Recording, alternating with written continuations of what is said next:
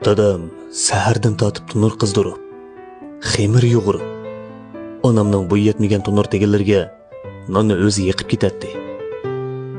Onam og'riqchan bo'lg'achqimikin, tamoq ichish ishlari dadamga qoladi. Hatto qo'shnilarimiz chaqchaq qilib, mushu bo'qqi sanildek bastang bilan ne ayollar qilolmagan ishni sen qamlashtirib etsan jumo debmi qo'yadi. Hatto dadamning ba'zida onamning kiyimlarini yuvayotganligini ko'rib qolaman. Teshidan qarisi ochiq yomon ko'rinadigan dadam onamga ko'nishda ajoyib mehribon edi. O'ylab baxsam, dadam ba'zida oshpaz, ba'zida navoy, hatto ba'zida mening ikkinchi opam bo'pti.